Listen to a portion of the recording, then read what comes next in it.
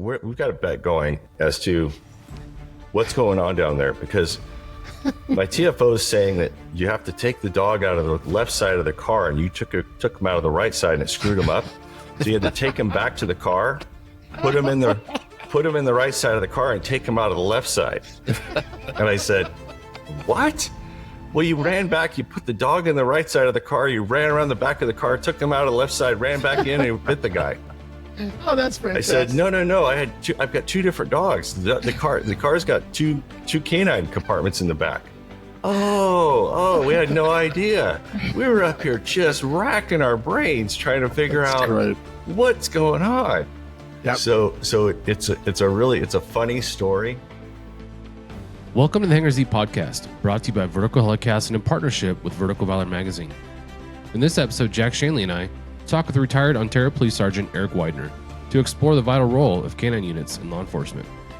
Eric retired from the Ontario Police Department, where he served as the aviation unit supervisor. He is currently the Chief Operations Officer at CNC Technologies. And before his time in air support, Sergeant Weidner was a dedicated canine handler for Ontario PD. The conversation highlights Eric's journey as a canine handler, sharing both the challenges he faced and the memorable moments from his career. We also explored how canine operations are evolving, particularly in relation to air support.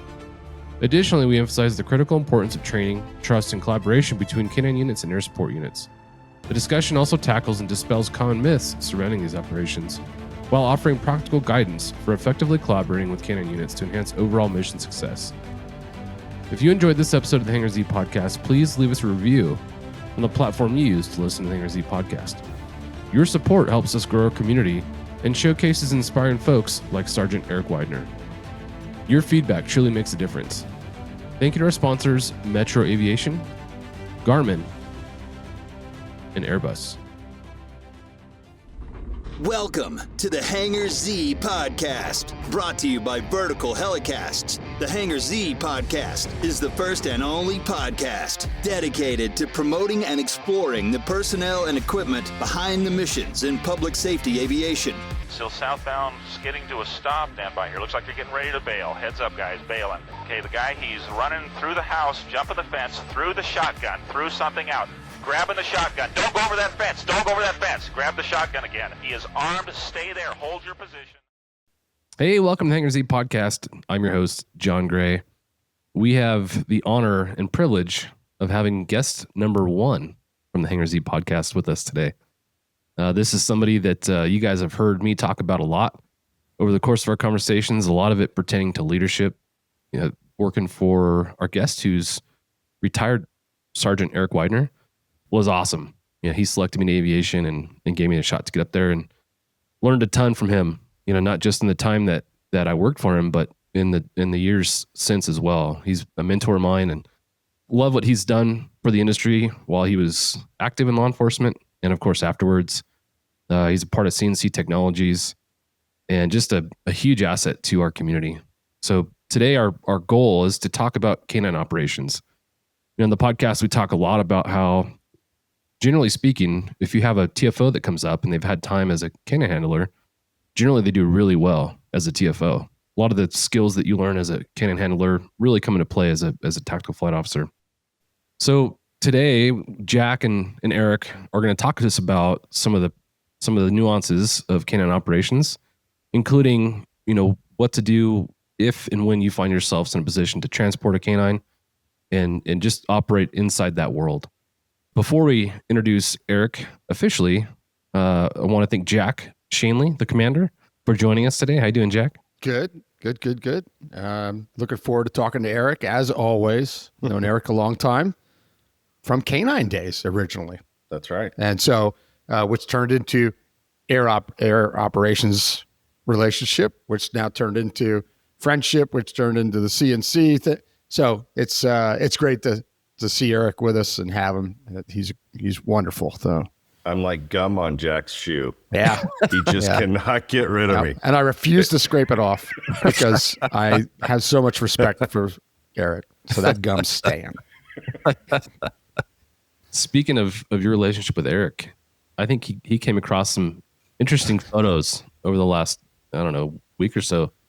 Eric, let me welcome you to the podcast, first of all. Well, thank you for joining us and welcome. Well, thank you. I'm glad to be here again. And of course, with both you and Jack, two of the best people I can think of in this whole thing that I've been involved with: law enforcement, canines, aviation, post LE career. And it's funny. It's how these relationships that you form so many years ago just kind of continue to evolve. Yeah.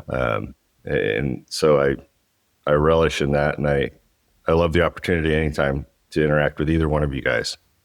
Well, thanks for what you're doing for the industry. It's awesome. Before we go any further, I think we alluded to a photo or two that you came across, maybe a link. Can you talk to us about that? Well, about a week ago, and this is pure coincidence. And Jack knows I think the world of Jack. I would never do anything to overtly or unnecessarily embarrass him. But I walk into my son's room, who is this avid YouTuber searching machine, and on his TV, he's watching this old kids songs episode, and it was an informative type, kids-based news type show. And on the screen, you can't make this stuff up, but this is what I see. I know that guy. Look at the hair.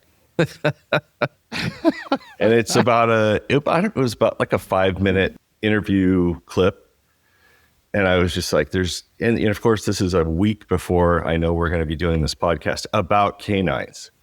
So this was just the universe checking back in, saying, hey, Eric, I don't know if you know this about Jack. You know a lot about Jack, but I don't know if you know this about Jack. No, not too many people do, except a whole bunch of kids.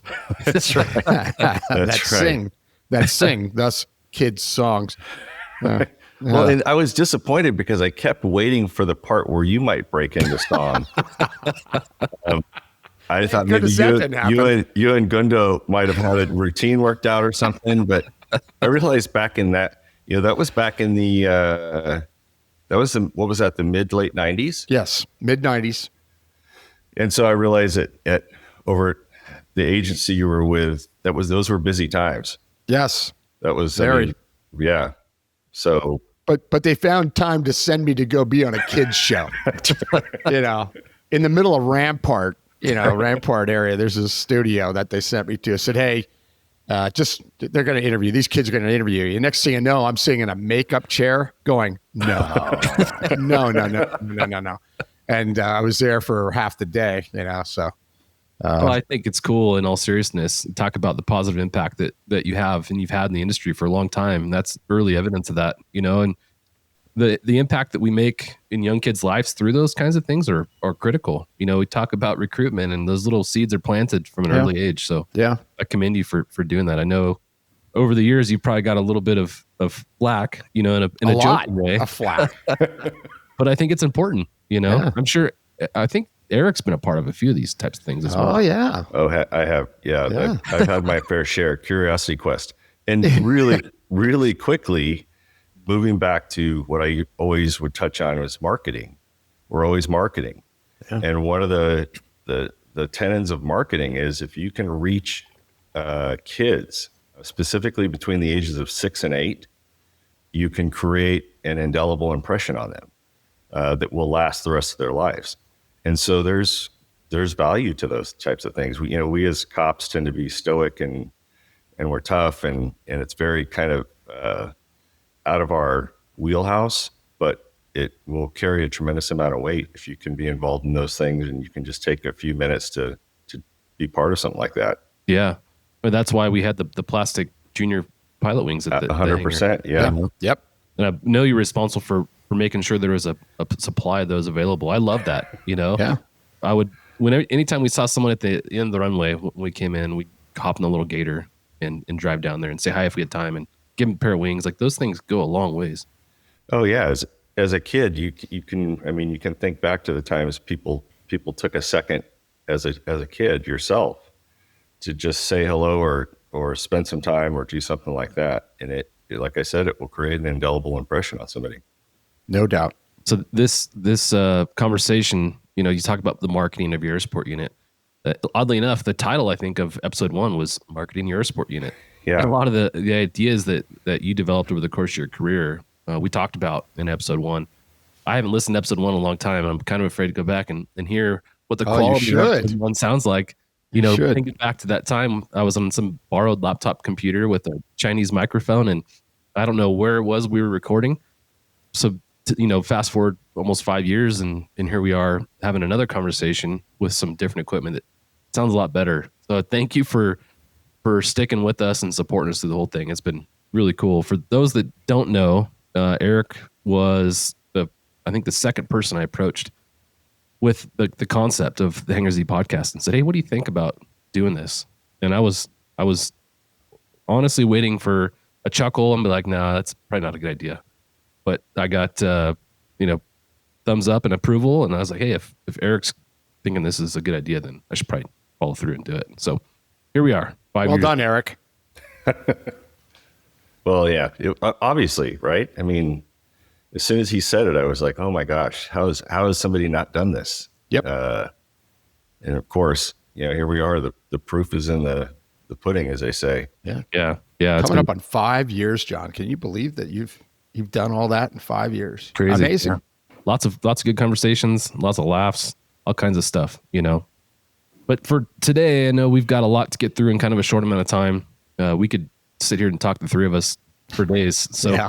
I'll do our best to keep us on track. Again, going back to what we want to discuss is canine operations. Most agencies that have an aviation program have a canine program.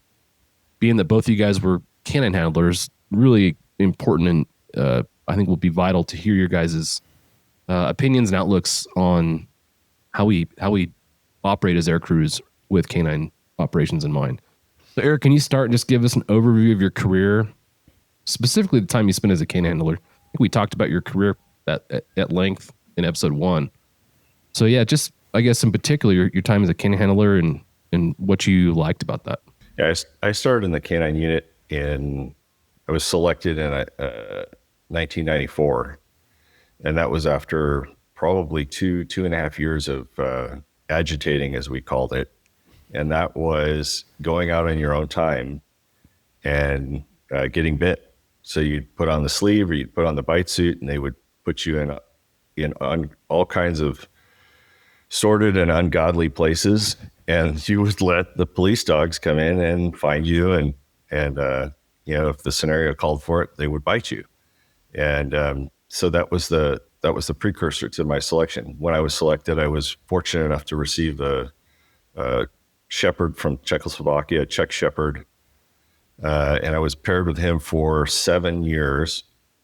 At the 5.5 year mark, I was able to go to Europe because we were going to replace him. And that was an amazing experience. The opportunity to go over there and see where these dogs we use and train and utilize come from, and get the background on them. And I brought back a Belgian Malinois named Londo. And Londo on the surface was a great dog, extremely enthusiastic, as most Malinois are. We didn't know that he had some health issues, and those would rear their heads. When I would take him off a bite using his collar, he had the tendency to black out. He would lose consciousness. And so he would flop on the ground, and then when he woke back up, he would want to bite whatever was near him. Oh no. Including you. Yeah, including me. So after a short period of time, after having this Czech shepherd for 5.5, now 6 years, who was just bomb-proof, he was the ultimate. He was a 1 in a million dog. He did everything well. He was as social as you could be when he wasn't working. I made me the canine. He was 95% of the equation, and a lot of people don't realize. When you see a really good canine team, it's because there's a lot of really good ability that's genetically in that dog, and then you give the handler the time to catch up, and eventually it'll happen because it takes time. But I did that until 2000. roughly about 2001. And then after a brief stint back in patrol, went into air support. So that was my journey. At I think the 3-year mark or the 2.5-year mark, we went to narcotics detection training. And that was really interesting as well. Got involved in some cool stuff as a result of that. But that was kind of my journey. And it was, I tell everybody, when you're younger and you're in the middle of your career, is probably the optimal time to do something like that. It's incredibly physical because you spend, we would spend 40 or 50% of our time training. I mean, if you weren't working, you were probably training. And Jack knows this. I mean, if anybody trained as much, if not more than we did, it was LAPD. And we learned a lot from them. We went out, and that's how I met Jack. Yeah, we went out to train with them. And so you spend a lot of time training. And if you're somebody that doesn't like getting dirty, doesn't like getting slobbery, doesn't like getting sweaty, bloody, it's kind of all bets are off, and it's part of the deal. Pretty glamorous, huh, Eric? Very glamorous. Yes. The world of canine. My deal was I would start off with a clean uniform every day, and anywhere from 5 minutes to an hour into your shift, it's completely trashed. Yeah. My dog had a tendency, as soon as I would put him in the car, we had little water bowls in the back, and you wouldn't keep it full of water, but you keep some water in there for the dog. And he would, as soon as we were backing out of the driveway, he would take a drink of water, stick his head through the partition, and then drool water all down my uniform. Yep. So I wouldn't even really get out of my driveway before I had canine all over me. But you learn that, that's part of it. You make your peace with it. And but like I said, to be in the middle part of your career, have youth on your side where you can still be active and do this stuff. We had a saying in canines, it was all codes, all roads. And so which meant if it was going on, you were probably part of it. If it was, something that was active and happening, you were going to be there. And so you have to have that kind of personality that you welcome that kind of stuff, or you actively search it out, because it's part of it. Kind of sounds like law enforcement aviation, Eric. Yeah, I was just going to say. Yeah, how about that? Yeah. And that it is. I think that's why so many guys transition into that. That's right. Is you've done it on the ground, and it's doing it from the air is a natural evolution, and it feels very comfortable and very manageable. I think to these guys that have done this on the ground. Nothing shocks you at that right. point. By the time you were up in that air crew, you look down and it's all going crazy, and you go, I've been there. Right. Yeah. I've been there a bunch of times on the ground, and you just it translates. It really does. Yeah. Yeah. It's almost, I would almost describe it as like calming, or a calmer, on the ground, it can get very frantic. You can have guys screaming, you can have gunshots being fired, you can have people being, all kinds of stuff. And from the air, there's some distance to that. And so it's almost like you get up there and you're like, oh, you can take a breath, and you're like, and I think that's part of that, people looking to the aircraft, we always talk about how guys are like, oh, the air unit's here, and guys can kind of calm down a little bit.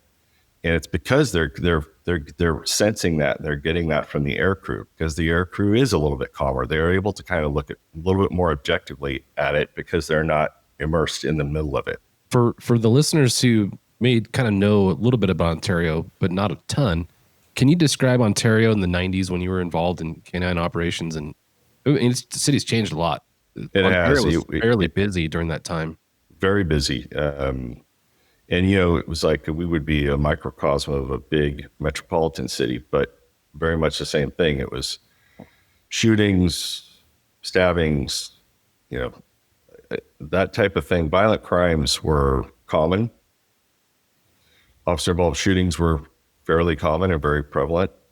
Pursuits, maybe not to the extent they have them today, because, I think today we're setting records, but they were definitely a reoccurring theme. And so there was a lot to do.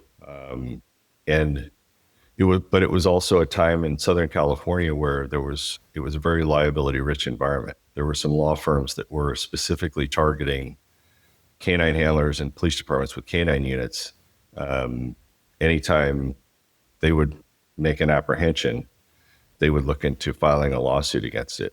So while it was a busy time and a great time to be a canine handler, I think it was a transitionary time where we were learning that, it was no more you just take your dog and send it and the dog runs out and bites somebody. There was a lot more oversight involved, and you had to train your dog. You had to have a lot of control over him, because if things went sideways, you had to be able to get control of them, get them back, and manage the situation. So during that time, being that it was busy, I would imagine you had a lot of incidents you worked. Any idea how many searches you were a part of during your time in canine? Yeah, it was, at one time I'd had all the stats, way over 1,000 searches. I think, hundreds of apprehensions, as far as not physical apprehensions, but we call them give-ups, which is somebody that gets taken into custody. And then I think it was on the order of between maybe 70 or 80 physical apprehensions, which in the grand scheme doesn't sound like a lot, but that's what I had too. Is it really? Yeah. Yeah. Yeah. I was in a lot of searches where I wasn't the primary dog handler. I mean, Right. where you're the shotgun man or you're the rear guard, 1,000 searches just like that where you weren't the handler. But yeah, I had 70 plus felony apprehensions. Right. Similar. And Jack knows this too, that because I'll be honest with you, when I was looking for guidance, because in this mid to late 90s period, like I said, there's everybody's waiting to file a lawsuit if they get bit. So you're looking for how can we be effective and how can we be proactive, but how can we not cross this imaginary line that exists out there? And we were linked up through a third party training facilitator with LA. And I went out and I was amazed at what they were doing. And it was a result of the fact that they had been, I don't want to use the word targeted, but right, Jack? I mean, it was targeted. You guys, Yeah. They had been targeted, and anytime there was an apprehension from their unit, and it was going to result in a lawsuit or a complaint or something. Yeah. And so it was class action. There was a class action lawsuit against LA, a canine. Yeah. They had from those attorneys that you were talking about. Yeah. They had to completely reinvent basically their program. Yeah. And to see what they were doing, I felt like we were stepping forward in time. It was almost like time travel. We thought we had our stuff pretty wired, and then we went and saw what they were doing. We're like, oh my gosh. So, and in their true nature, they were more than accommodating, more than willing to share, train, and help in any way they could. And that helped us then evolve our program. That's a great example of why networking and going to community conferences and those types of things are so important, because you're insulated within your own agency. And if you don't expose yourself to some of the best practices that other agencies are employing, and you're really kind of, in my mind, working with your eyes closed, unfortunately. Think back over all the apprehensions you were part of and all the searches you were part of. Is there one incident that kind of sticks out as really impactful, something that you stick with today?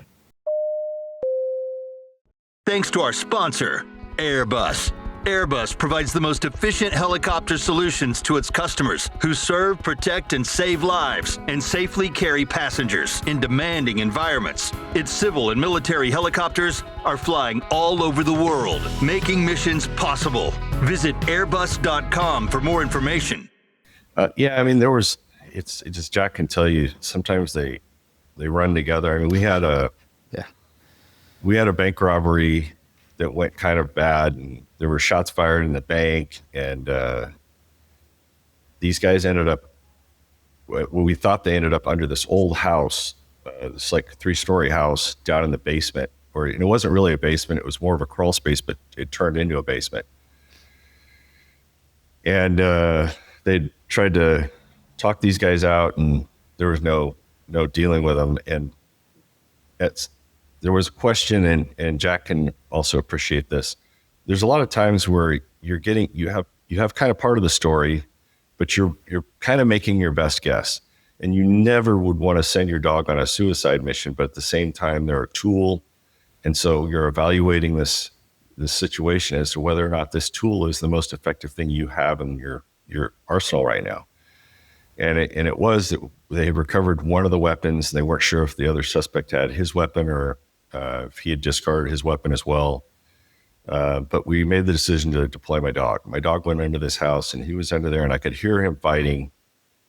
And it's one of those things where you put your trust in your dog, because you can't be looking over his shoulder all the time.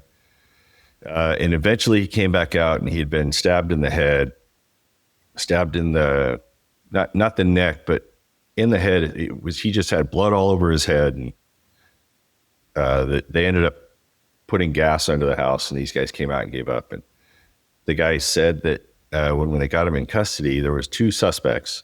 So when he went and bit the first suspect, the second suspect had a 2x4 with a nail in it. And he started hitting the dog over the head with it, which was a result of all the blood. And the other suspect had grabbed a piece of sheet metal that had a point on it. And that's what he was using for. So he was using this piece of sheet metal and a 2x4 with a nail in it to try to get my dog off of his buddy. And so I think that sticks out, because you're realizing, and you put the dog in the car and you take him to the vet, and fortunately it was all superficial. He got some stitches, and I think we were literally back at work maybe 2 or 3 days later. Wow, that's great. Their ability to recover is amazing. No adverse effects, but yeah, that was a big deal that I remember.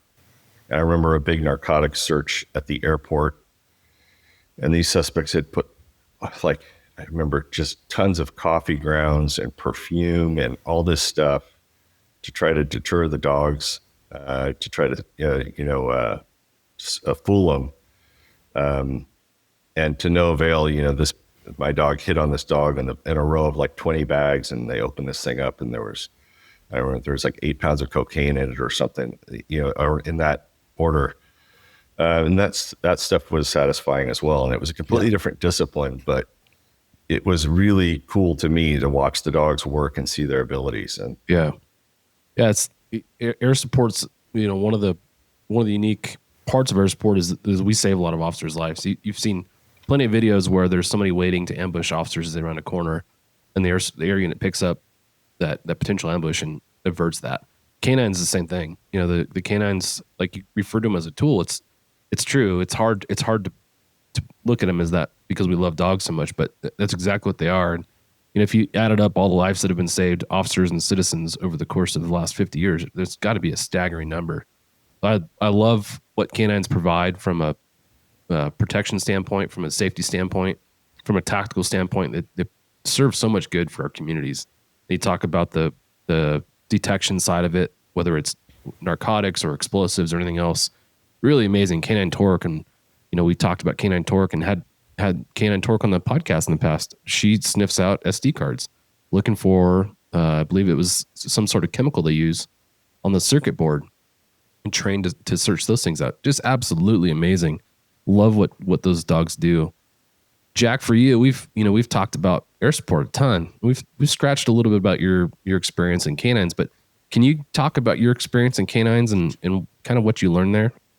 Well, right off the bat, I learned so much. And again, Eric can compare this, where as a patrol officer, you think, I know what I'm doing. I know about bad guys. I know this and that. Then you go to canine, you see it from a different angle, and you go, oh my gosh, I didn't know anything about bad guys and how desperate they are and where they hide and how they run. And so canine was probably the most enlightening 5 years of my career, where I learned more in that 5 years than any other time. And that includes air support. It was amazing. So I did 92 to 97. It was still hopping, just like in Ontario.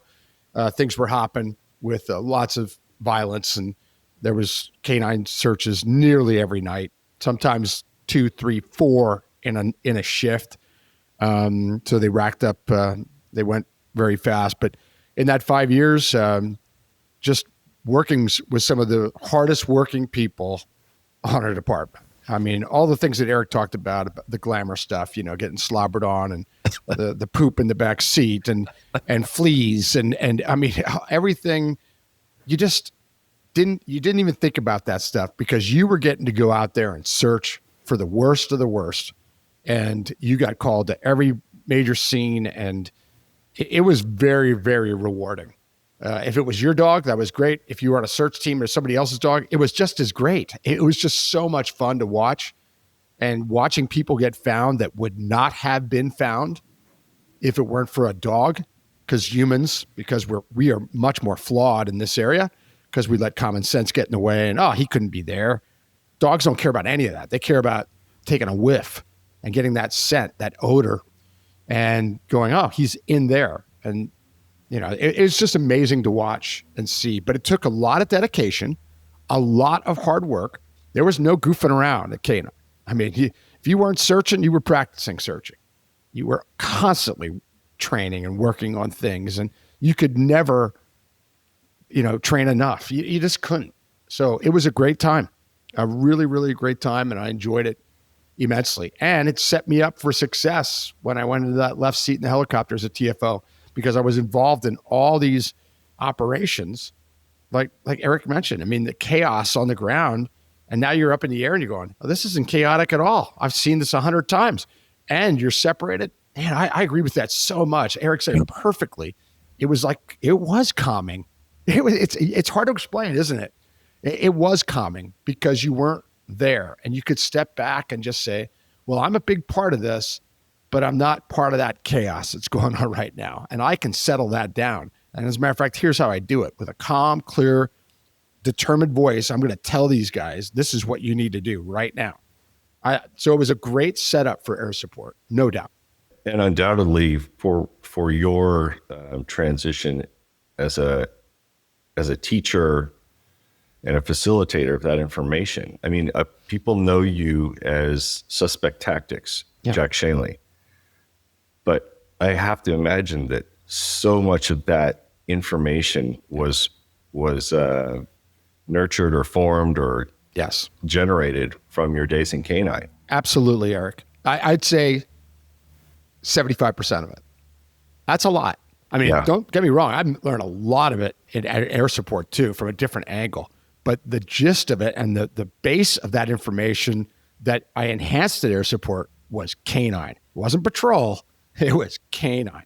Because the average patrol officer sees very little in that realm. The Canine, that's what you live. And after a while, you just start to go, I can't believe what I just saw tonight. I can't believe that somebody hid there. I've never even heard of that. Why didn't they tell me this was coming? It's because you don't know. Right. It depends how desperate they are. People will hide in places that we would never hide, ever, because it's disgusting or it's too small or it's crazy the places that people go. Yeah, as a patrol officer, you see a tenth of what the canine handlers see, just because that's all you're doing. You're responding to critical incidents citywide and outside of city limits every day, just about. Again, going back to air support, same thing. We're doing the same thing, just like you said, from a different perspective. Right. But when you think back over the course of your canine times, Jack, any deployments or apprehensions or incidents that you're a part of that really stand out? Oh, so many. We could talk for hours, and Eric could too, because there's just so many. But the most rewarding ones are, ones where you found a guy that did harm to fellow officers or killed fellow officers. Those were very rewarding. They were sad. It was emotional, but those were very rewarding. The one I cover in my class at Rinaldi and Blucher. I mean, that guy shot Ralph Casillas, a CHP officer, and it's very rewarding to find that guy, be part of that team that did that. But the one I like to share, because it's more lighthearted, is that I talk about all the time, because it was just one of the funniest ones, was a purse snatch in Hollywood.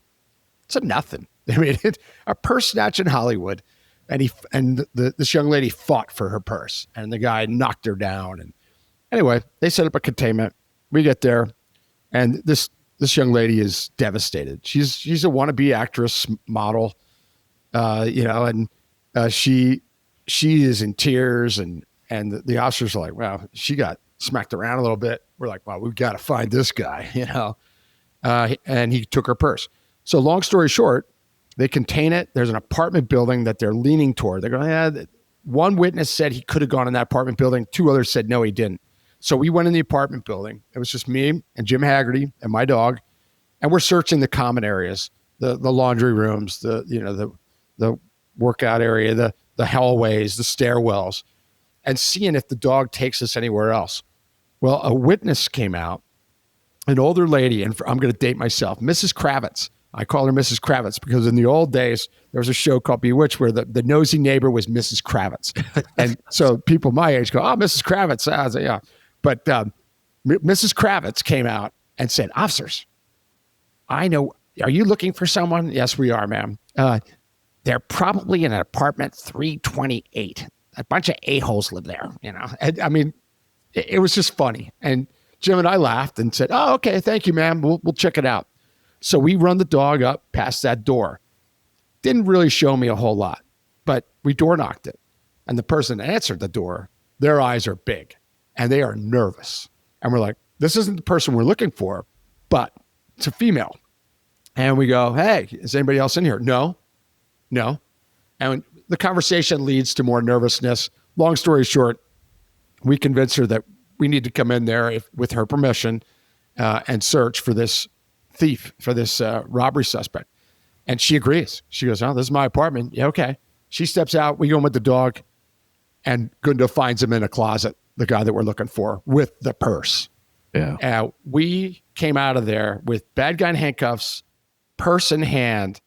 We got big hugs from this model. I mean, she was just so happy. And we went back and knocked on Mrs. Kravitz's door and let her know that she got the assist there, and that yes, there were some bad people in 328. It was just funny. I mean, but you use all your resources. Sometimes the dog can lead you right to them. Sometimes they can't. Sometimes it takes finding clues. Sometimes it takes a witness. Whatever. But the totality of it was that we ended up at that apartment door, and when Gundo went inside, I mean, he hit like a ton of bricks immediately. He took me right to that closet, and we called him back, order the guy out, and he comes out, and Jim goes in, hooks him up, goes in, purse, everything in it.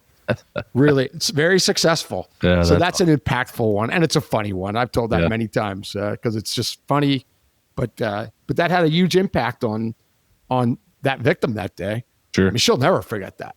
She will never forget that. And those Hollywood coppers, they won't forget it either because they were stunned we came out of that huge apartment building. I drive when I don't go into the war zone anymore very often, but when I do drive down the 101 in Hollywood, I look over and see that apartment building. It's right close, really close to the 101 freeway, and I just laugh every single time. I just laugh and go, that's the apartment building.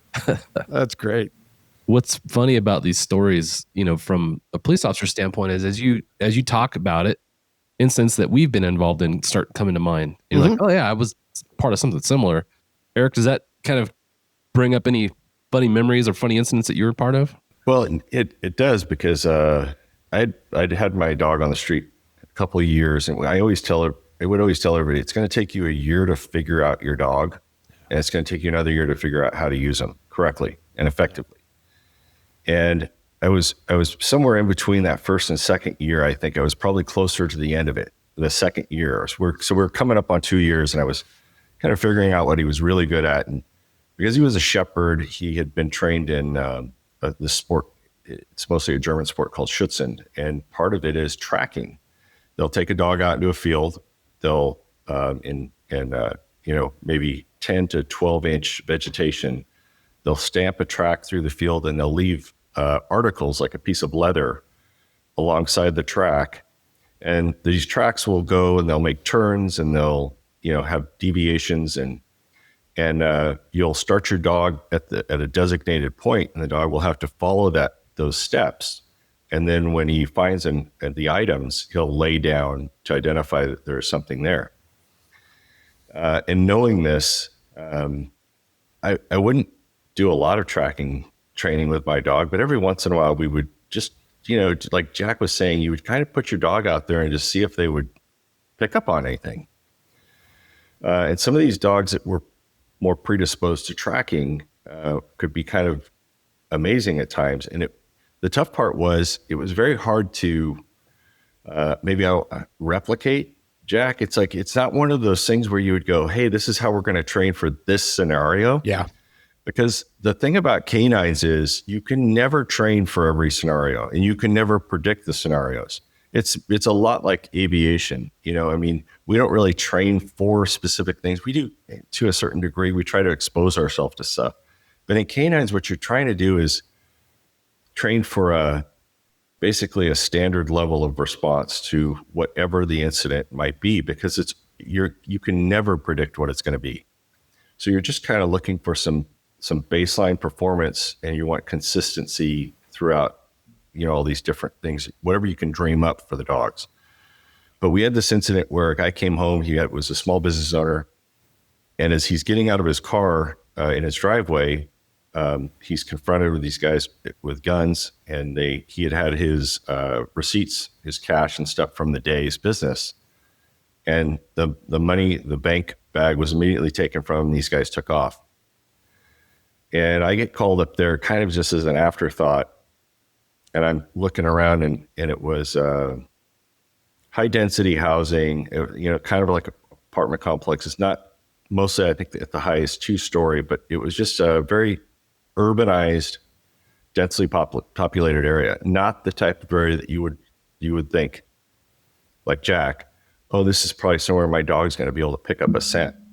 But like Jack in the incident he was describing, I thought, well, I'll just we used to call it casting our dogs. And it's almost like casting when you're fishing. You're kind of just casting in directions to see if the dog's going to pick up on something. So I take him out and I start casting him around, and immediately he puts his nose down and starts heading down a sidewalk. So I immediately snap a lead on him, and we're off. We're off to the races. And I used to always tell the younger canine handlers, man, you got to know when your dog's working and when he's playing, because they can switch they're almost immediately. And if you don't recognize it, your dog will just take you. I used to always say, your dog will take you on a 5-mile walk. Oh, yeah. They're just going to be out taking in the sights, taking in the Sights and smells, right? and you're going to be along. You're not going to be the wiser. You have to know when your dog's working and when he's not. And we take off, and we're out on a sidewalk on a fairly major street. And he's down this sidewalk, and he's drifting into the vegetation, back onto the sidewalk. And we went for probably a quarter of a mile. And it's like, you're also, I used to have a saying in canines, you're only as good as your last search. Because if you start thinking, oh man, we had this great search, your dog will humble you instantly. And you will be in front of everybody going, oh, sorry, that was the wrong guy, can't find him, whatever. So you're always really trying to make your current search your best search, because you want it to be what you leave people with, their impression of you. And we end up going into this condo complex, and we're weaving through this thing, and all of a sudden he comes to a stairway, and in the back of my mind, I'm thinking like, man, we've never done this before. And I'm kind of worried, but I'm watching him, and I'm thinking, man, he's acting like he's on something. And suddenly he starts heading up this stairway, and it's a single stairway to a single door. So it's not a landing. There's no multiple choice answers at the top. We go up, and like in Jack's scenario, we end up knocking on the door, contacting these guys. Same type of thing. Everybody's nervous. Every police officer has dealt with this type of thing. The door opens, and you immediately, the smell of fear starts coming out of the room or the building, and your spiny senses go off. And so one thing leads to another, and we end up getting these guys out to come out and just consent to a contact. And I get a hold of the officers back with the victim, and I said, hey, can you just throw your victim in a car and bring him by here? Let's just do a drive-by. We don't have anything other than for some reason, we ended up with these guys. They're acting a little bit suspicious. Drives by, and put your spotlights on everybody, and so the suspects can't see the victim in the car. And he pulls down the street and stops. And he says, "Hey, the middle guy." My victim says he doesn't know those other guys, but the middle guy was an employee of his as of a week ago and was fired. Oh. And the middle guy knew where he lived and that he took his receipts home every day, had his whole MO and his routine down. So we turned that into a search warrant, ended up recovering the money. This guy was taken into custody. And it was like one of those things where you couldn't have in a million years thought, that's right, this is a scenario that my dog would be perfectly suited for. And this is like, and so your dog had the ability to humble you if he couldn't find something, but he also had the ability to humble you when he would do things like that you didn't even know he had the capability of doing. That's right. Cool. They're amazing. Yeah, they're amazing. Noses are powerful things, man. Oh, man. And dogs are one of the top animals to do that. I mean, they don't have polar bear noses. They say those are like 6,000 times more sensitive, but they can do things with that nose that just makes no sense to us humans. It's like, how could that happen? It happens all the time. You bring up humbling and also rewarding. I guess air crew is the same way, right? Especially the supervisor. Sometimes you're humbled because your air crew lost somebody or didn't succeed in the way you expected. But other times they save the day, just like you're talking about from a canine perspective, which is interesting, all the correlations that exist between canine operations and air support. Moving into the topic of training, I think it's important because, air crews and canine operations, canine units don't get to train together a ton, but you should train as much as possible. I think some of the downfall with aviation units is we're oftentimes on an island. We're away from where a lot of the operations are taking place and away from the conversation surrounding training. I think of Nashville and how cool it was that Nashville's aviation unit was housed directly with their canine unit. But for you guys, when you think about training and optimal training environments and training cadences and all those things, Eric, we'll start with you. What do you think aviation units should be looking at as far as training? What are some basic things they can do to train with their canine units, and how frequently should they be doing that? Thanks to our sponsor, Garmin. The Garmin GI-275 digital flight instrument is now approved for MD-500 helicopters, giving operators the ideal upgrade option for replacing obsolete mechanical gauges with reliable solid-state electronics. Get details at garmin.com/GI-275 Well, I mean, obviously, as often as they can, but I think that traditionally, when we would say canines and air support, it was always, we're going to transport the dog for some potential scenario that might come up where a dog needs to be on the other side of the city, on the other side of the county, or wherever.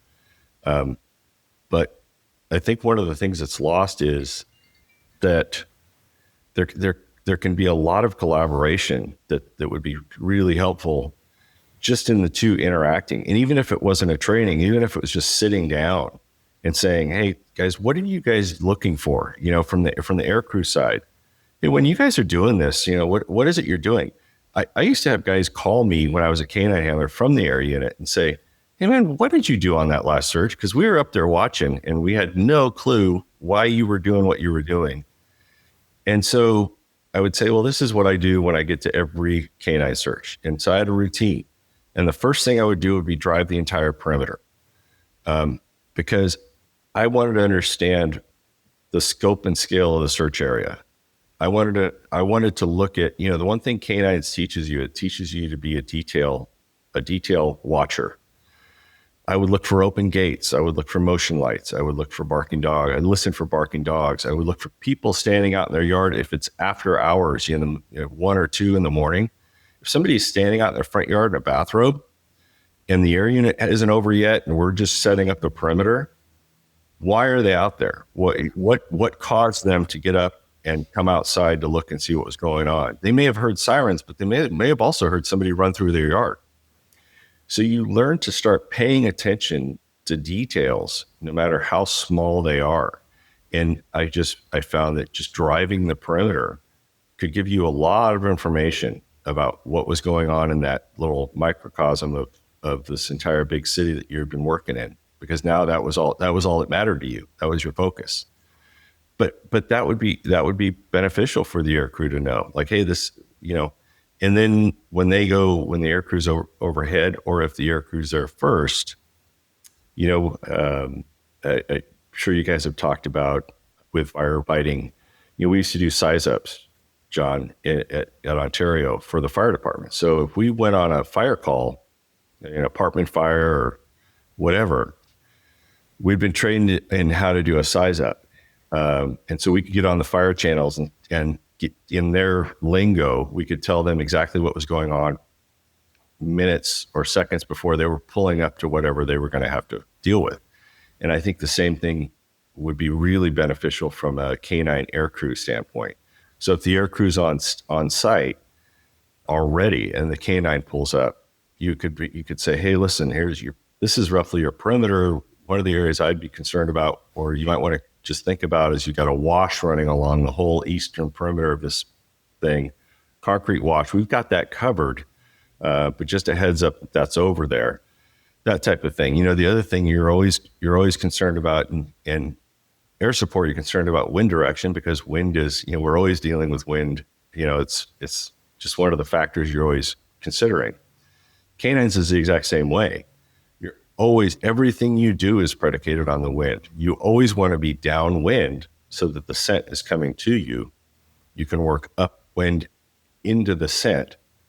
But that's another thing, is if you have a wind direction. When I was working as a TFO, when the canines would go on scene, I would always try to tell them, hey, you got a slight breeze out of the west or out of the southwest, just info only, because that we would base our searches. Where we would start a search based on the wind direction.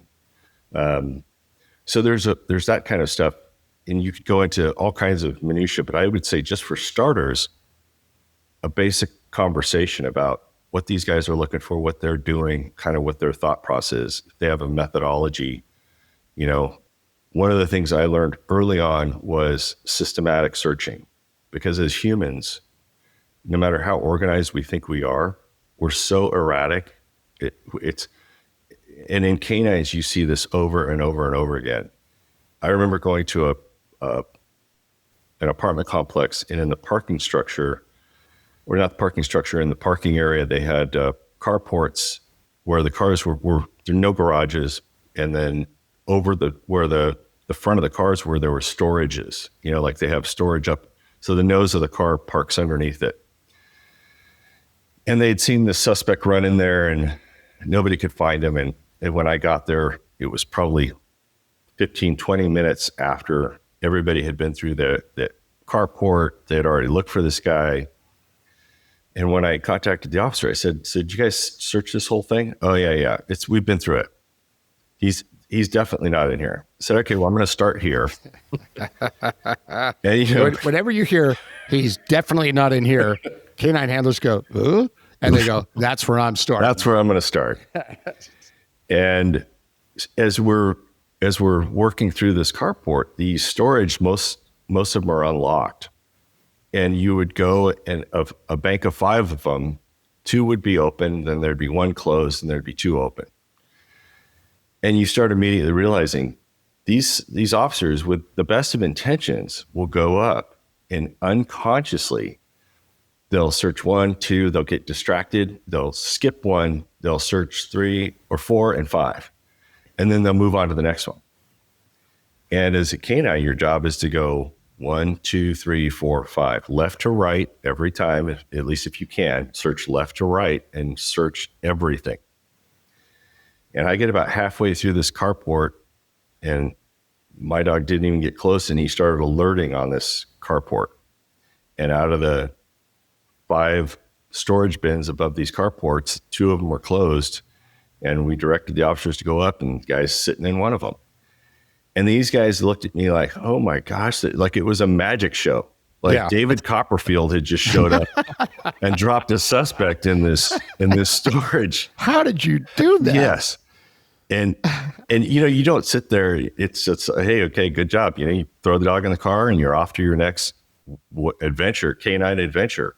But it speaks to why you do certain things. And I think that's helpful if you're up above it and you haven't had that experience firsthand, for the air crews to understand, okay, these guys are going to search in a really specific way, and this is why. So just sharing those tactics and those stories can make a big deal to the air crews. So if they're flying over, they know what's going on. Because there's always all those times where you're talking to your pilot or you're talking to your TFO and you're having a conversation about what's happening. Yeah. You're like, I don't know. I have no idea. Why don't they hurry up though? I think what you bring up is huge. We talk about table talk a lot, and just the simple conversations that you're describing can save a lot of time and make you so much more effective and efficient, because you understand and you have a better mindset as it pertains to what's going on the ground. So I think the size up part of it, which you brought up on the fire side, is huge. If you can get with your canine units and be like, hey, what are the things that you'd like us to ask you or tell you when you guys are en route or just going unseen? That way we can have that information ready for you. You're not 5 minutes after the fact asking for that information. Because canine units are coming from, as you guys know, all over the city, even out of the city a lot of times, because you're training or doing other things. So you might have a prolonged response to whatever incident that's being worked. So if as an air crew, you're preparing the information that would be helpful for that canine unit when they get on scene, so they can immediately start putting those tidbits of information into play. I think that's huge. Jack, anything to add on to what Eric had talked about?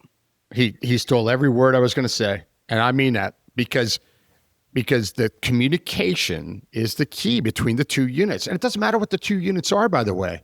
We're just happy to be talking about dogs today. It could be SWAT. It could be the bomb squad. It could be it doesn't matter. As an air crew, particularly a tactical flight officer, the more you know about the job that person below you, your customer, the more you know about their job, the better you're going to be. So when I used to do my air support to canine operations class, the major theme of that class was talk to your dog handlers. Ask them, what do you want from me as a TFO? What are you expecting from me? What can I do better for you? And then in doing so, they should do the same to you. Hey, TFO, explain that flare thing. You should be exchanging info and talking to them constantly because they're one of your customers. Same thing with SWAT, same thing with the other specialized units. But with canine, it's really important for air crews to have a general understanding how that dog works, what they expect, what would really be helpful for you. Like, for instance, just something in SoCal, an empty swimming pool, right? No water in it. They're everywhere. That's something that as an air crew, you need to tell your canine handlers about. They're about to send a dog into that backyard, and that could hurt or kill that dog if they go barreling into an empty swimming pool because they're in a hurry and they got sent and they're, hazards, things like that. So, but you would never think about that. I never thought about it as a patrol officer, but as a canine handler, I was like, man, I wish they would have told me about that. You know what I mean? To the air crew. So as an air crew member, I tried to change that in the unit that I was at and say, hey, listen, these are some things that maybe you've never talked about or thought about. Not your fault. Not your fault. You're just looking down. But I'm telling you that all those handlers you work with, they want to know about that empty swimming pool. They want to know about that steep drop off. They certainly want to know about a person in a robe in that backyard. Yeah. I mean, those are the kind of things you got to key the mic and tell them about because they affect that handler's job. But the average air crew, unless they work canine, they might not look at that and see the urgency or see the hazard. So what Eric said, hey, just communicate and talk to them and call each other. Hey, what were you doing? I don't understand what I watched you do tonight. That is so cool that was happening because we encouraged that. And it got to the point, and I hope it's still this way. And I don't know if it is. Been gone a while. But every TFO had every canine handler's phone number in their cell. Every single one. And we told them, call them. If you have a complaint, you call them. If you have a compliment, call them. If there's something you don't understand, call them. That's what I was telling TFOs. And I saw results in that, positive results in that, in a better cooperation, a better understanding, a more efficient search, a more effective search, more bad guys in custody, all because we just had a conversation. No, that wasn't training. I mean, you asked about training and Eric immediately went to conversations. You know why? Because that's the easiest way to train, is to exchange information. Now, can you have an official training day or call them over to do a practice search? Sure you can, and you should. But what's easier than a phone call or showing up to the hangar on a rainy night and saying, hey, neither of us are doing much tonight. Can I pick your brain for a minute? And that goes both ways. Both units should do that. Canine handlers, if you're listening, go initiate that with your air crews. Air crews, initiate it with your dog teams.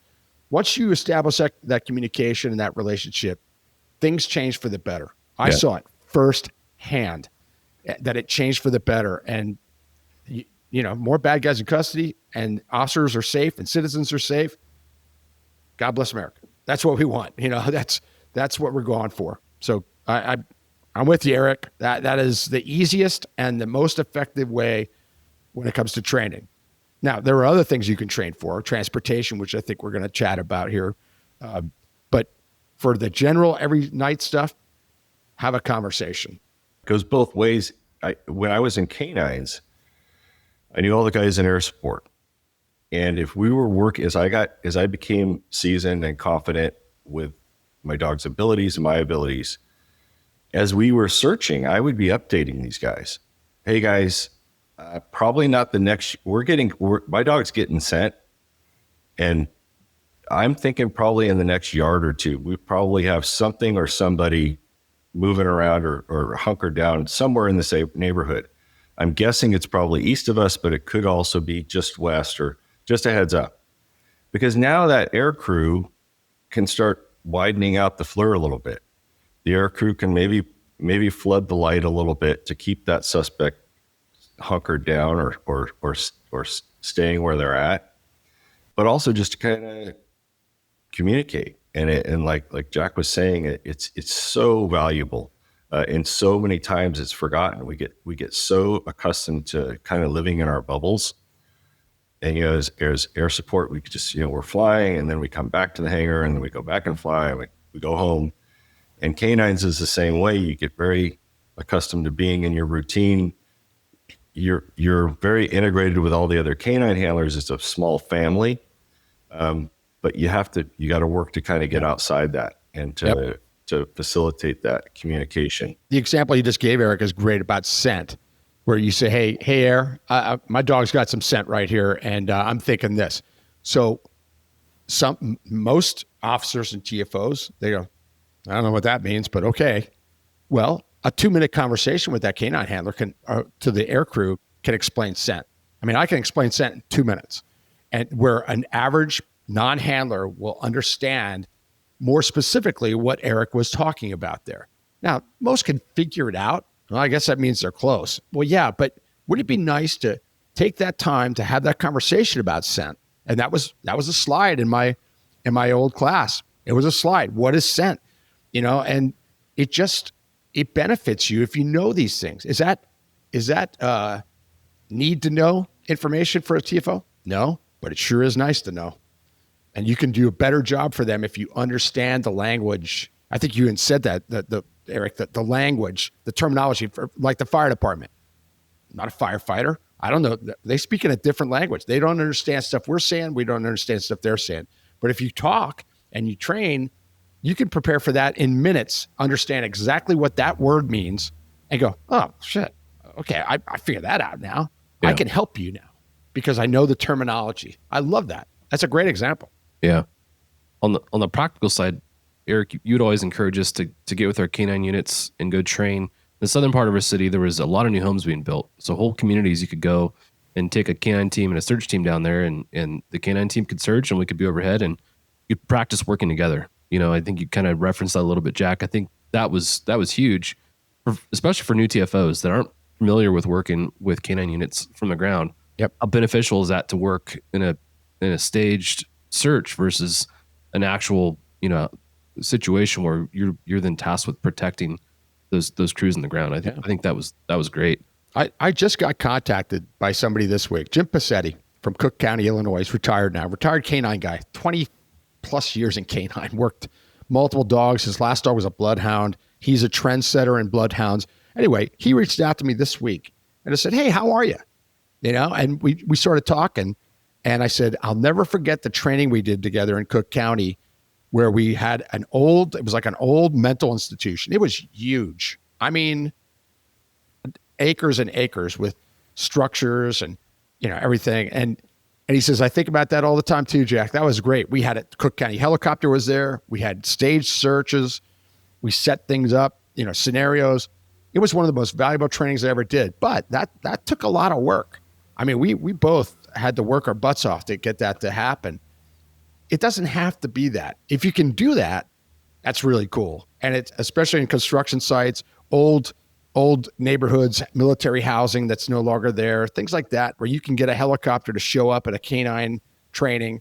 It really is beneficial to practice those scenarios if you can, but it can be very informal as well. Yeah. It could be spur of the moment. Hey, Air, you doing anything? No, it's kind of slow tonight. Could you come over here to, the corner of walk and don't walk, do a FLIR search? We got a new canine that we want to see. Just act like you're going through it, and go through the scenario. It takes 5 minutes, 10 minutes, and it will benefit everyone. It's something that kind of comes to mind as you're describing that is how valuable would it be to have a seasoned canine handler in the back of the aircraft as you're doing one of these trainings to explain to you what he's seeing and why he's seeing it. Then it gives you, if assuming you and the pilot are not experienced when it comes to canine operations, really get some interesting insight as to what's happening on the ground that'll help you in future searches. So I think that's something that could be valuable if you have the time and ability to do that. Yeah. Eric, any insights as we kind of transition out of the practical side of training and into some of the logistics surrounding transport? No, it other than you just like we talked about, communication. Whether it's a 2-minute phone call, sitting down with somebody, or actually formally debriefing something, everybody's going to walk away with a better understanding from any discipline or specialty.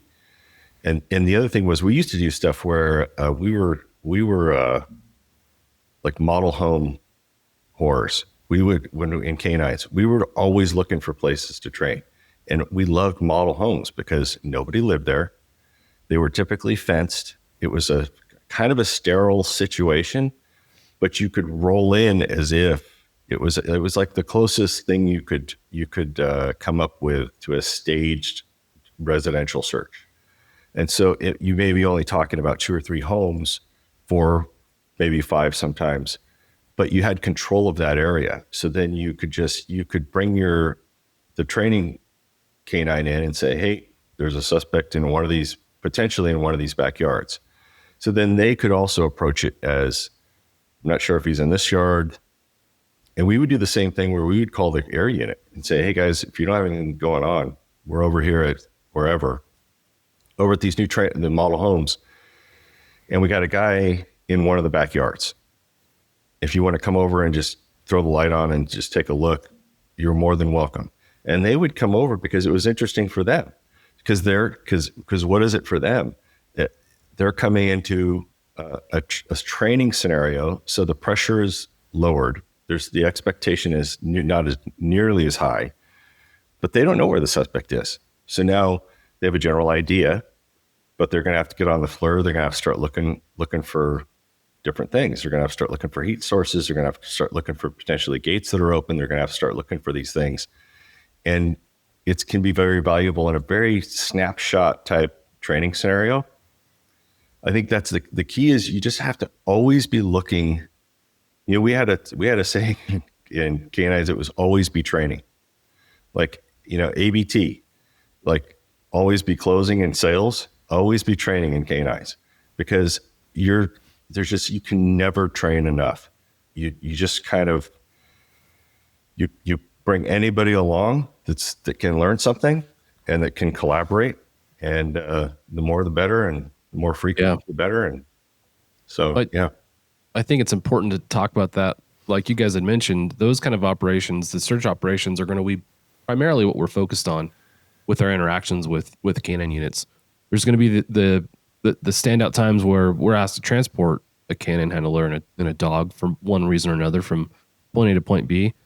And that's something that I think a lot of units don't pay enough attention to, is from a safety standpoint. And that's something I want to talk about next. Jack, we've talked about the muzzle being the boarding pass a lot.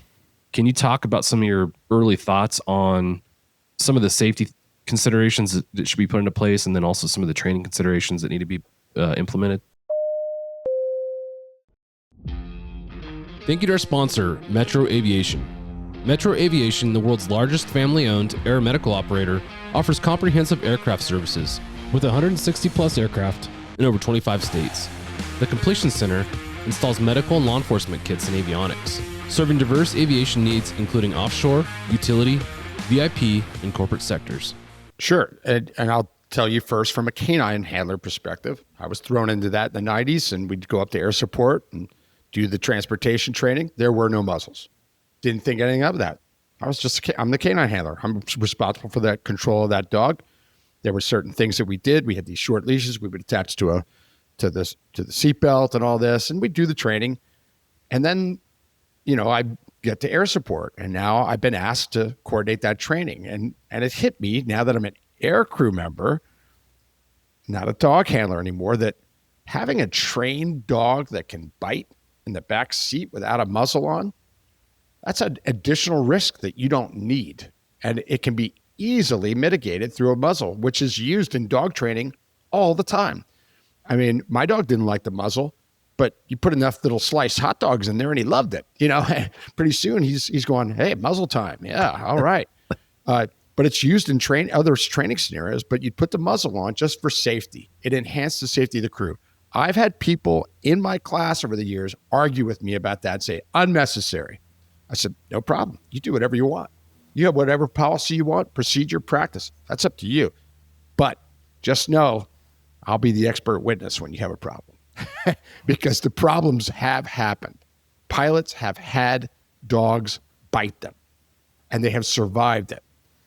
They didn't crash the helicopter, but why not eliminate that possibility with a simple tool that 99.999% of dog handlers in the world have in their trunk?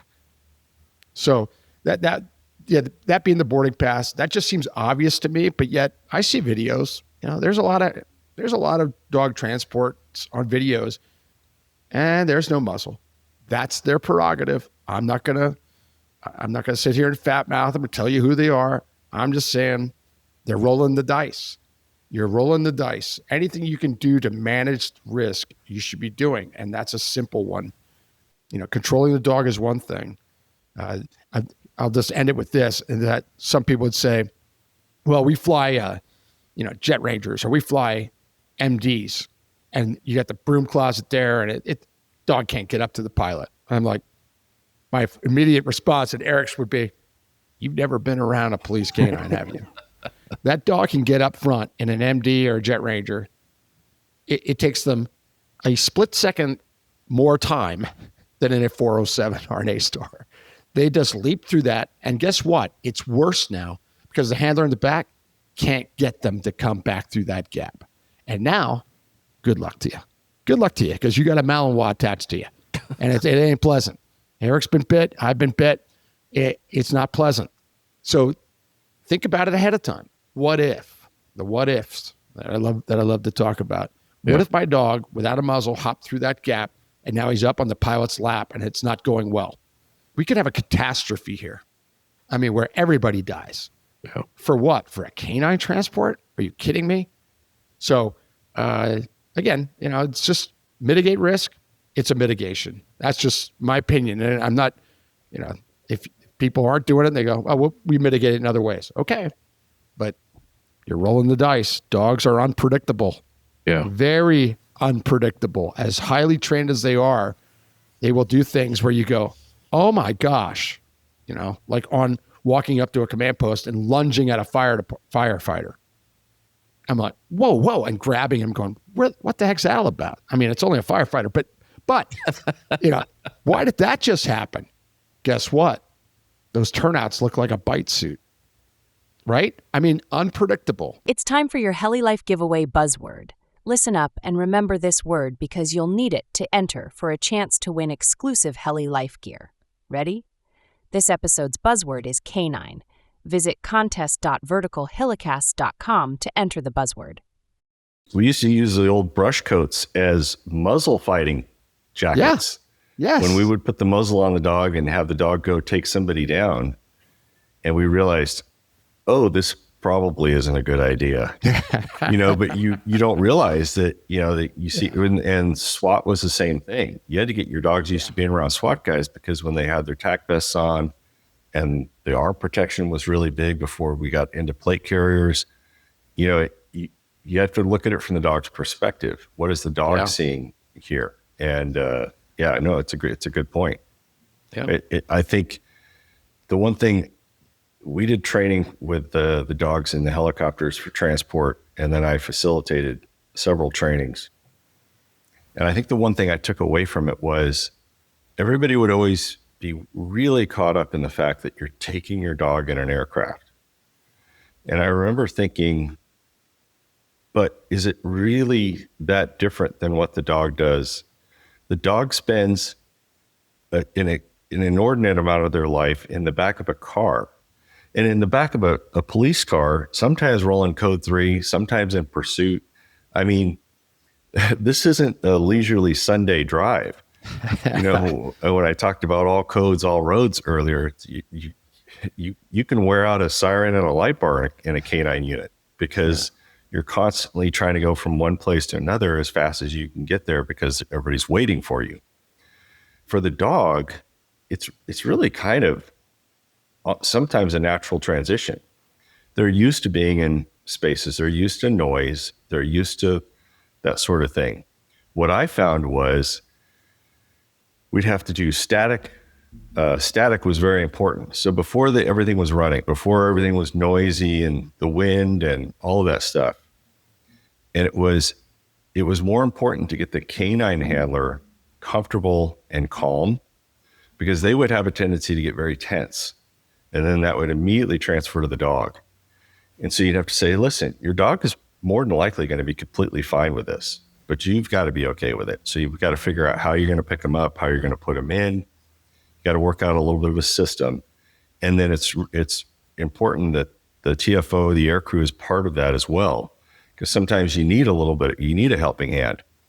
And that's when having the muzzle on the dog it serves a dual purpose and is equally important, because if the canine crew has to reach up and help you get this dog in, or maybe help you deplane, you don't have to worry about the dog snapping at this person that maybe they don't know super well.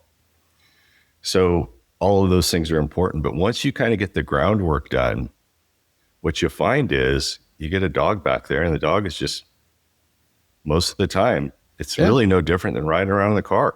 It's smoother. I mean, right? I mean, sitting in the back of a patrol car is much more violent. Yeah.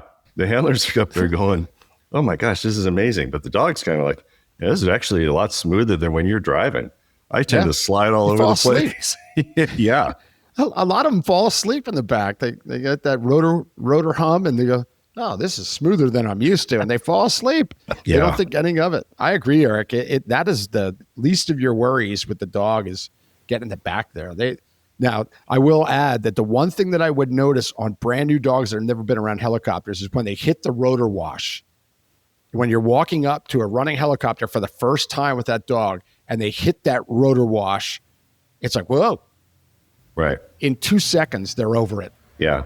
They balk and they go, oh, it's wind. They don't know what it is, but it's just air moving. Okay. And they're over it. But the rest of it, you're right. It's the handler you're training. Yeah. Are there any common myths that you guys have heard that surround the canine operations in air support? I've got a big one. Go ahead. Let's hear it. But I never believed this myself, but I've heard it. You could waterboard me and I wouldn't tell you the agencies that had said this to me. Because it's so embarrassing. But they'd say, canine teams saying, we don't really like having the helicopter there when we're searching. I'm like, really? Why is that? Twofold. people come out of their houses to look up at the helicopter. Okay. And second one, the helicopter moving all that air, it screws up the scent. And I would say, well, what altitude are your helicopters at? He goes, well, I don't know. I said, if they're not under 100 feet, they're not doing anything to the air that's in the backyard. Okay, just so you know, that rotor wash, it's moving the air way up there. But unless they're landing in your backyard, you don't have to worry about that. But they believe those two things were true. And true, there might be some people that come out and look at the helicopter. Eric mentioned the person in the robe earlier. We've seen that. But you can mitigate that by an announcement, PA announcements, remain in your houses. We did them from the air, do them from the ground. But those are the two. But the rotor wash affecting scent is hilarious to me because it's just, I don't think so. I don't know if you ever heard this one, Jack. And you never know where you heard it.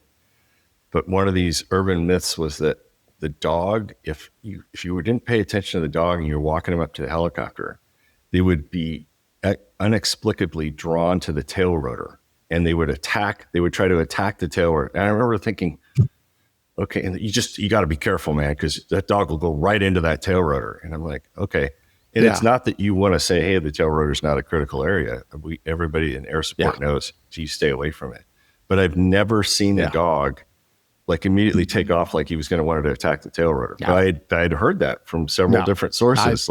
I've heard it too. And you're like, huh, okay. I've heard it too. We spent a lot of time about the tail rotor in our training annually saying, hey, tail rotors kill pilots, TFOs, crew chiefs, medics, and mechanics every year. These are people that are around helicopters every day, and tail rotors will kill someone in the world will die. So you as a canine handler, you better stay away from that thing. Don't even get close to it, and keep your dog under control. Keep your dog away from it too, because it will hurt.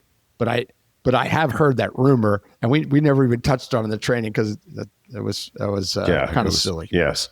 You brought up something, Jack, that I want to touch on real quick. We're getting short on time, but you brought up announcements.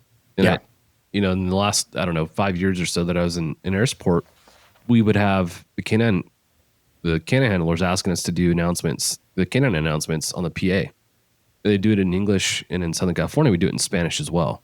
And so that's, regionally it's different what languages you might be doing that in, but what we ultimately ended up doing was doing a pre-recorded announcement in English and in Spanish that you could plug into the PA and start playing that without having to actually try and remember, pull out, what the announcements were and read it verbatim.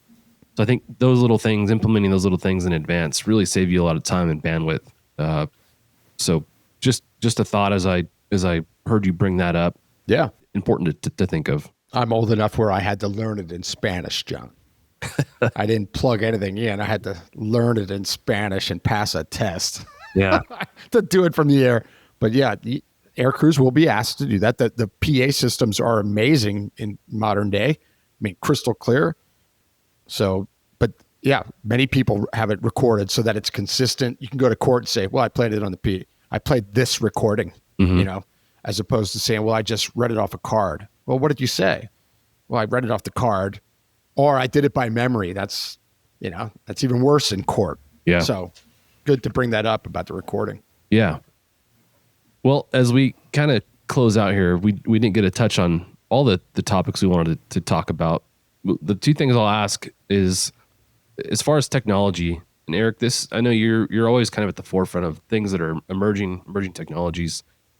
Any technologies that we should be aware of that exist that would be beneficial for air crews and canine handlers to know about that might make those operations where they work together more effective and efficient? I think there's technology out there that we might see become a little bit more common. That's kind of part and parcel to downlink. And the soft teams have been using it for years and years and years, where these dogs have cameras on them. They've got GPS tracking. And I think in certain scenarios, it would be hugely beneficial. In a lot of scenarios, though, you're almost better. It's being in touch, right? There's a lot of scenarios where you really want to be seeing the dog work. You want to be at a safe distance. You want to have cover, if you can get it. But I think I don't think that's ever really going to change. Is canine searching is you've got to give your dog the space to work, but you've got to be close enough to see and understand what's going on. And you won't always pick that up just with a camera on his back. But certainly there are instances where, the thing under the house would have been beneficial to see what was going on and that sort of thing. I'm sure Jack can think of a dozen or more scenarios where it would have been really cool to see what the dog was being exposed to. But I go back to the basics is the communication and having that personal interface with the people around you, and then just spending the time with the dog training and learning everything you can learn about him. Yeah. Great advice. One thing that sticks out to me, and I guess it's not new technology by any means, is just an IR strobe. Yes. For the air crews being able to kind of track the search teams as they go. If you had an IR strobe in that dog, it'd be great as a TFO to be able to quickly pick that dog up in its location. Jack, anything come to mind on the technology side for you? Those are the two big ones. You covered them, having the camera on the dog and the IR strobes. There's many agencies that have been doing that very effectively. They're great, both great ideas. And the camera on the dog will be, I predict that'll be on every dog eventually. There's police departments using them already, but like Eric said, special forces have been using them for years. There's even a speaker on that contraption on that dog's shoulders that the handler can tell the dog, Platz, which is down, and they could be, 500 yards away. They're watching their dog out in this field. They go Platz on the microphone. The dog, boom, goes to a down. It's amazing. Yeah. It's amazing. But they can also on their wrists see exactly what that dog's seeing. It's really, really cool. Situational awareness, very effective with that. Yeah, absolutely. Closing advice for folks. What advice, Eric, would you give to folks that they may be considering working with canine units and don't do it a whole lot now? What advice would you have for them? We talked about it, both Jack and I, and it's a reach out. It's establish a relationship, and you just want to have that two-way communication. I'll finish on a really quick story about that. So at one point, I was working two dogs. I brought Londo back from the Netherlands, and I had the city yards people modify my canine unit, and it was split in the back. So I had my Shepherd on one side, I had the Malinois on the other.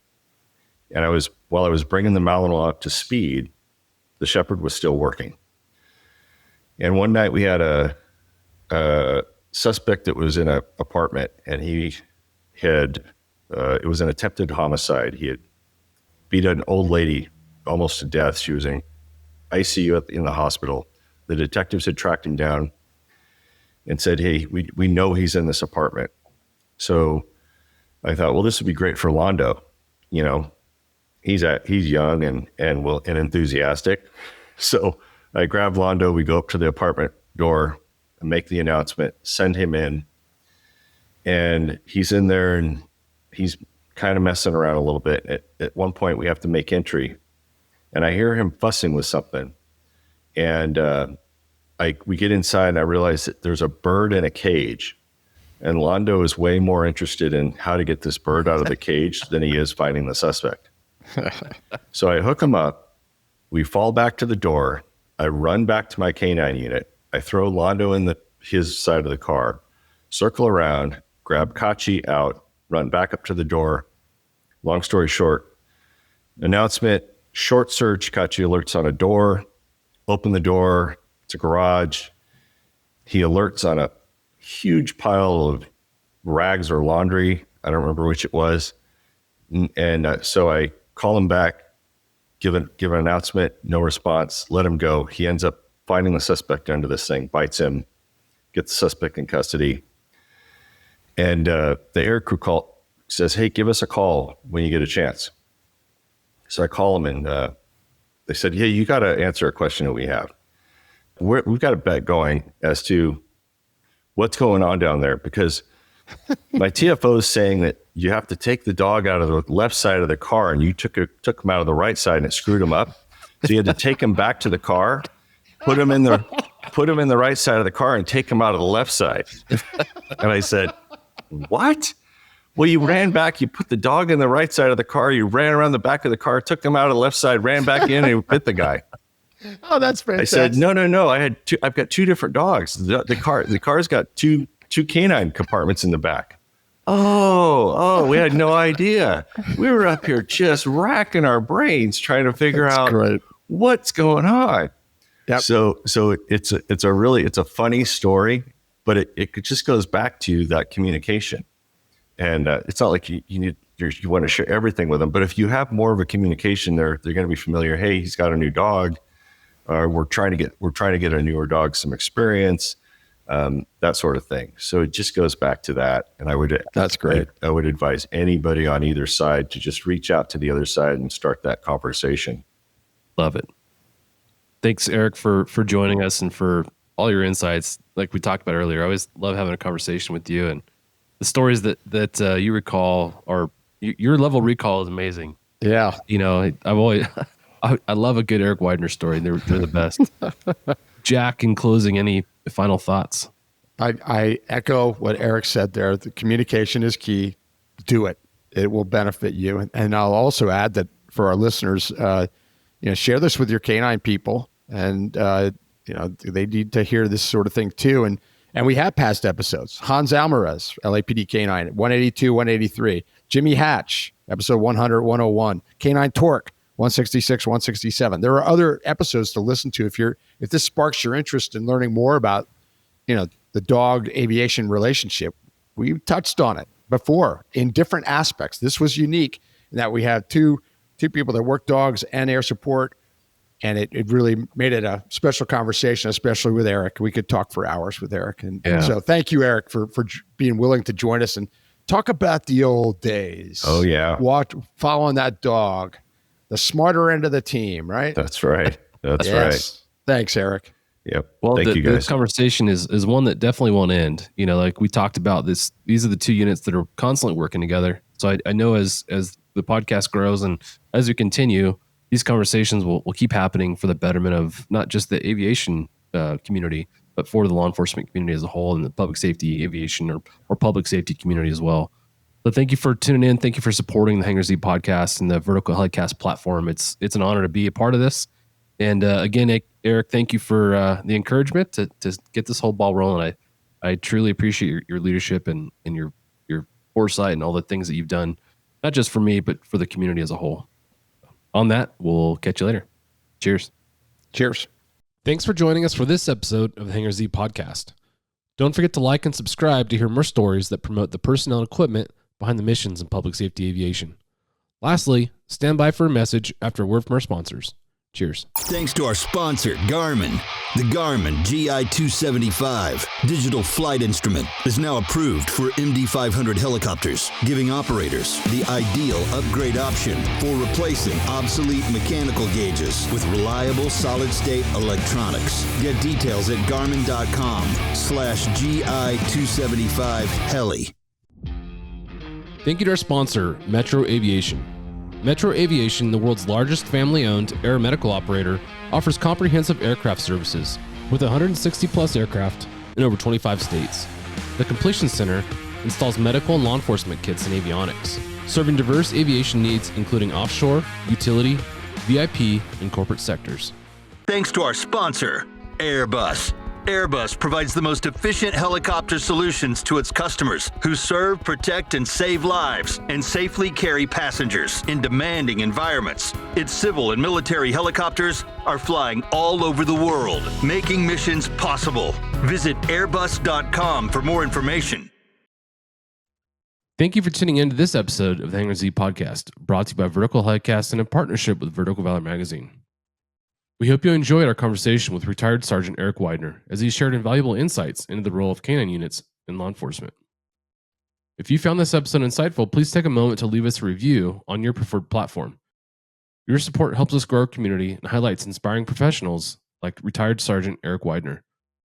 Please don't forget to check out the other Vertical Helicast podcasts such as the Road Rescue Podcast covering helicopter search and rescue operations, the Valor Flight Crew Podcast, who are promoting the excellent work being done in the helicopter air ambulance segment, the Vertical MRO Podcast, who's promoting the maintainers who keep our helicopter operations and missions going, and last but least, just kidding, Halsey, is the Helicopter Podcast, who has interesting discussions about helicopter aviation in general. You can listen to any of these podcasts on your favorite podcast platform and can find more information at verticalhelicast.com. Thanks again for listening to the Hangar Z Podcast. Cheers.